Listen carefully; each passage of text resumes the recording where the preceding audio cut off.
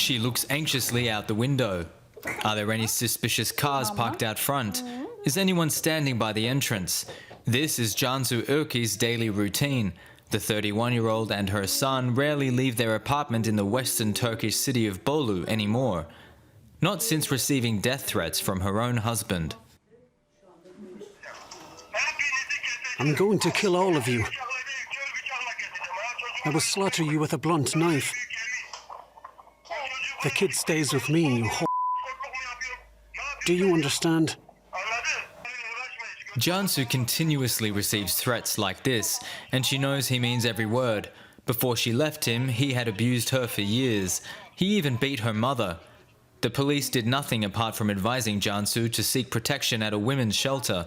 Meanwhile, her abuser feels perfectly safe. He told me, if I kill you, I'll go to prison for 3 years. But that won't stop me. After 3 years, I'll be back out.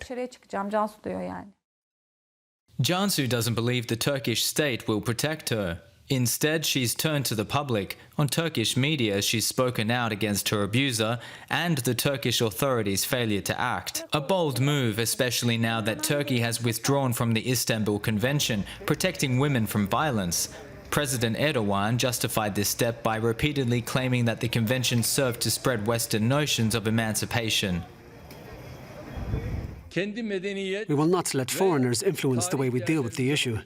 We have our own historical and cultural ways. We will not allow the safety of our families to be jeopardized. These women are demanding the protection of their families too, but in a different way than Erdogan envisioned. They are pressuring Turkey to respect the international agreement. In the past year, 300 women were murdered and another 117 women died due to unknown causes. Now, Turkish women are fighting back, literally. More and more women are signing up for self-defense courses like these. Here, Krav Maga, an Israeli martial art, is being taught.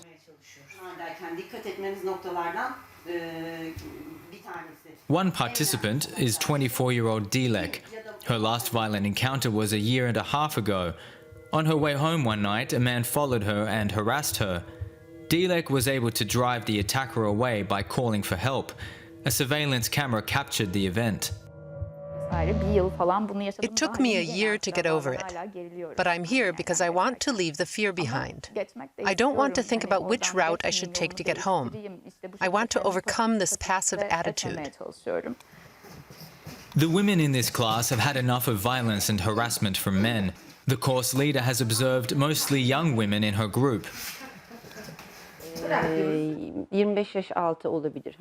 More and more 25 to 35-year-old women come to us. Not all participants have experienced physical violence. Some just want to know how to react to harassment. They just don't want to put up with that kind of behavior anymore. Neither did Dilek. Now, thanks to the self-defense course, she feels safer on Istanbul's streets again. But she still constantly hears sexist comments from men.